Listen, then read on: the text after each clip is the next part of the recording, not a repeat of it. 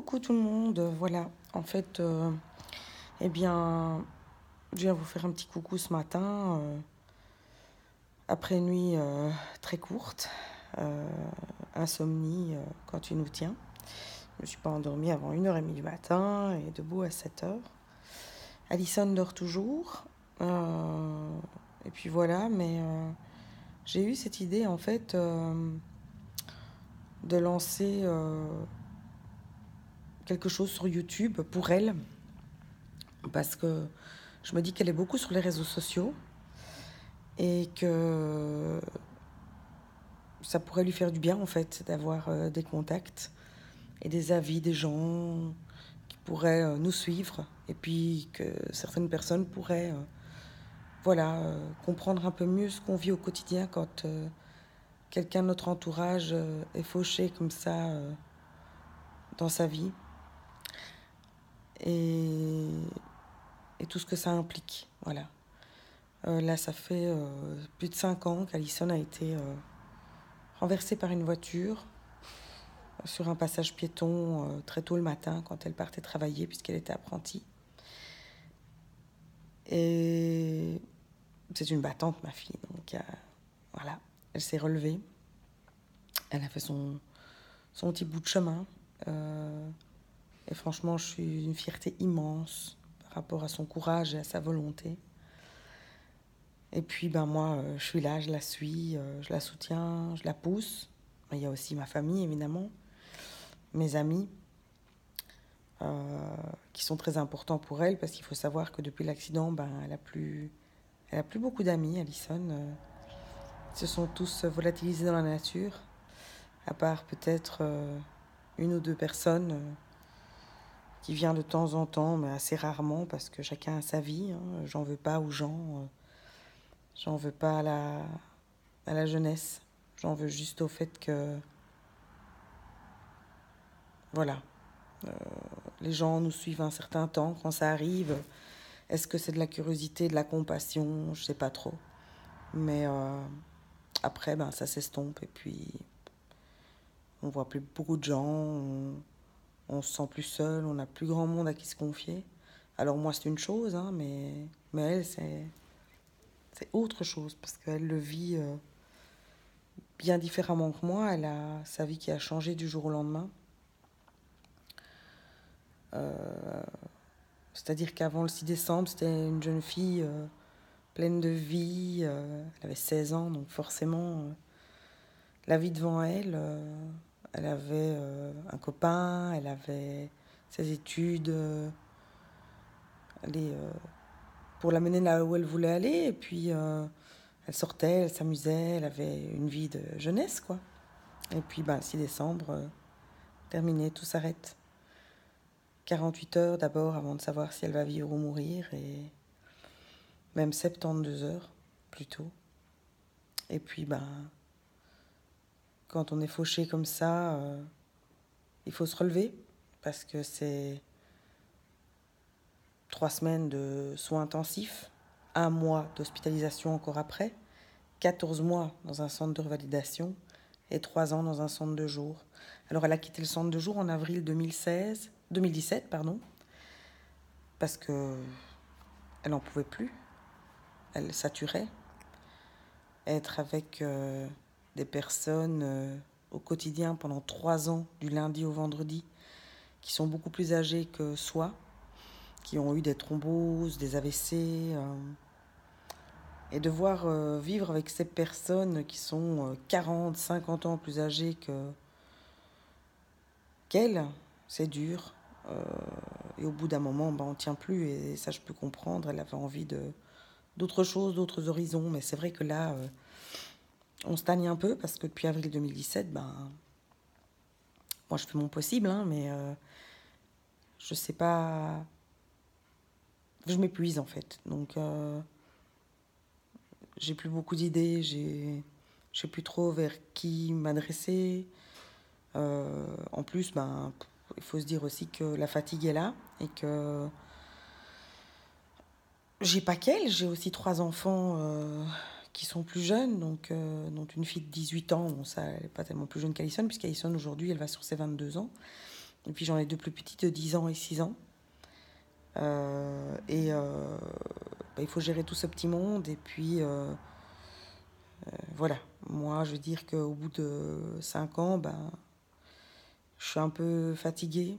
Pas évidemment de ma fille, hein, parce que ça, je serai toujours là pour elle et je ferai mon maximum. Mais c'est vrai que les rendez-vous, que ce soit médecin, que ce soit assurance, que ce soit, enfin, tout ce qui entoure cet accident me fatigue énormément. Sans compter qu'Alison, depuis l'accident, elle a des séquelles qui sont irréversibles, malgré qu'elle s'est relevée vraiment d'une manière énorme. Elle a quand même des séquelles assez importantes, surtout au niveau cérébral.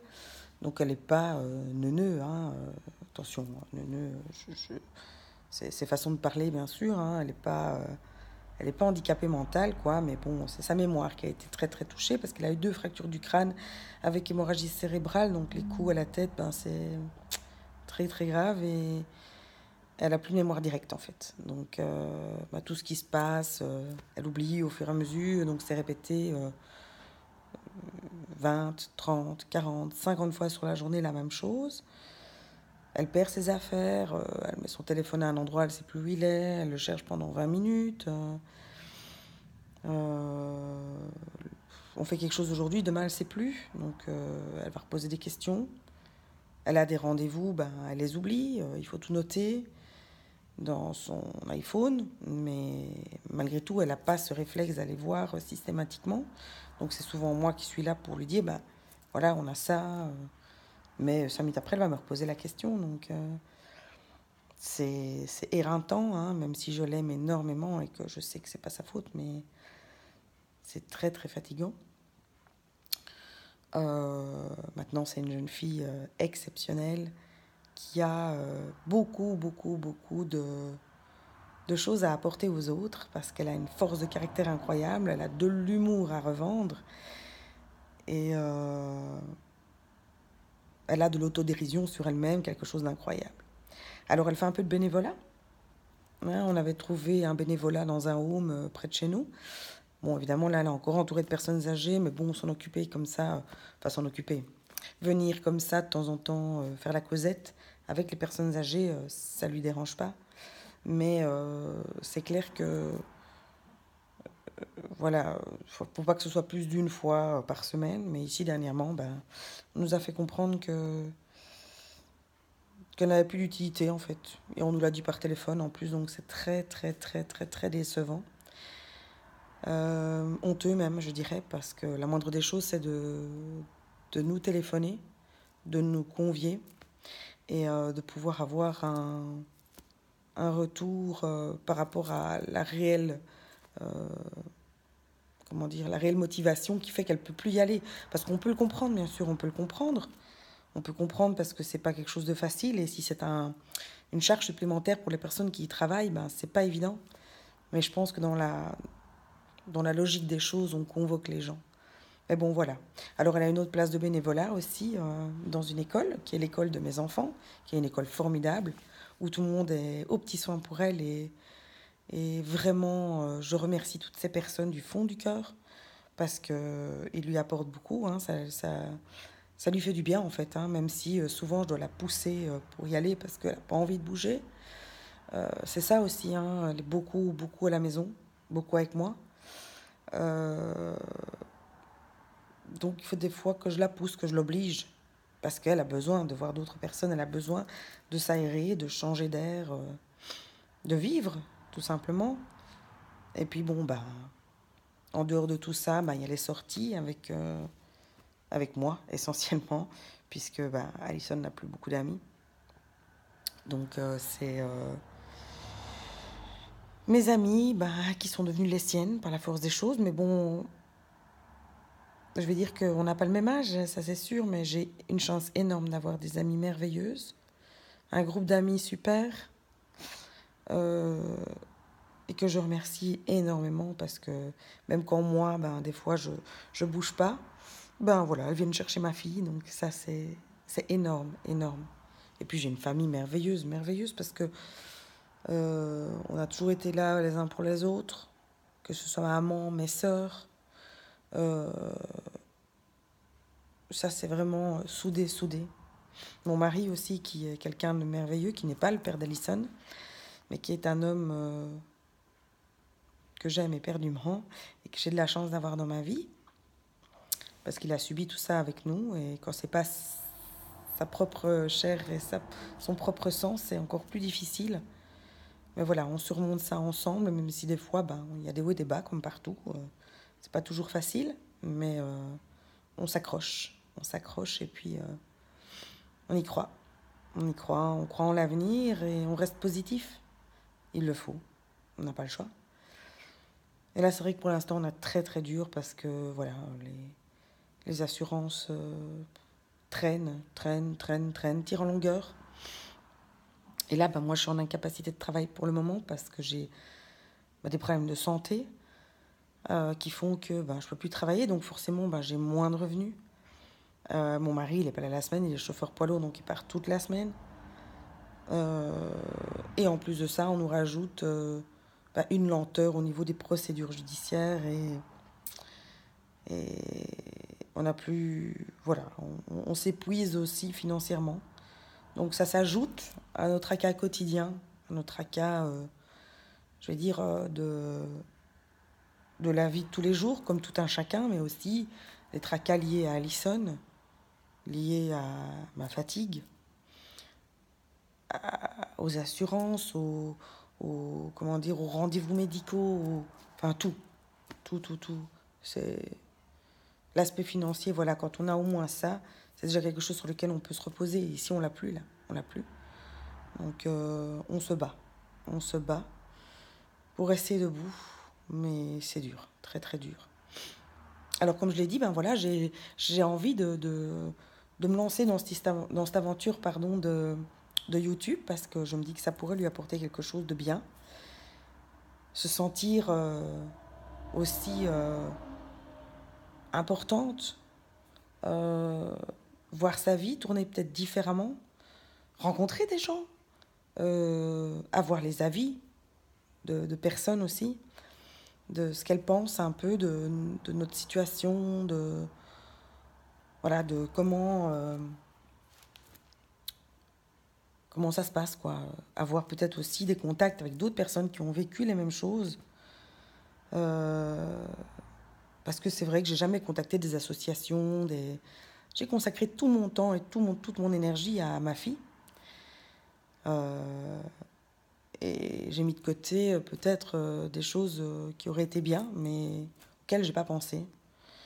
Et des fois, l'énergie me manque, voilà, vraiment, vraiment, vraiment. Donc voilà, je compte sur vous. Je compte sur vous parce que j'aurai besoin de vous, d'un partage. Tous les jours, je vais mettre des vidéos. Tous les jours, je vais poster des trucs, que ce soit des rendez-vous, que ce soit des coups de gueule, des fous rires, des moments de délire, parce qu'on en a quand même, avec ma fille, on en a des super moments de délire. Puis on a des moments de délire en famille aussi. Parce que toutes les personnes qui me connaissent savent que je suis quelqu'un qui cache beaucoup ce qu'elle ressent, je montre pas. Et moi, je déconne tout le temps, je rigole tout le temps, je fais la conne tout le temps. Je pense que c'est aussi pour ça que ma fille a tenu le coup, parce que même quand elle était dans le coma, j'allais près d'elle en étant souriante, en ayant la pêche, alors que je l'avais pas, attention, mais il fallait, parce que la positivité amène la positivité. Donc, il faut se battre. Et le sourire, c'est la clé de tout. Donc, je compte sur vous, vraiment, s'il vous plaît, partagez un max. Ma fille, elle dort toujours, là. Je vais aller la réveiller après. Je vais filmer. Et puis, je vais filmer sa réaction, en fait, en lui dévoilant mon idée de partager comme ça sur YouTube. Et puis, vive la suite des événements. Et j'ai hâte de voir ce que ça va donner, voilà. Merci de m'avoir écouté, en tout cas. Et puis, à plus tard.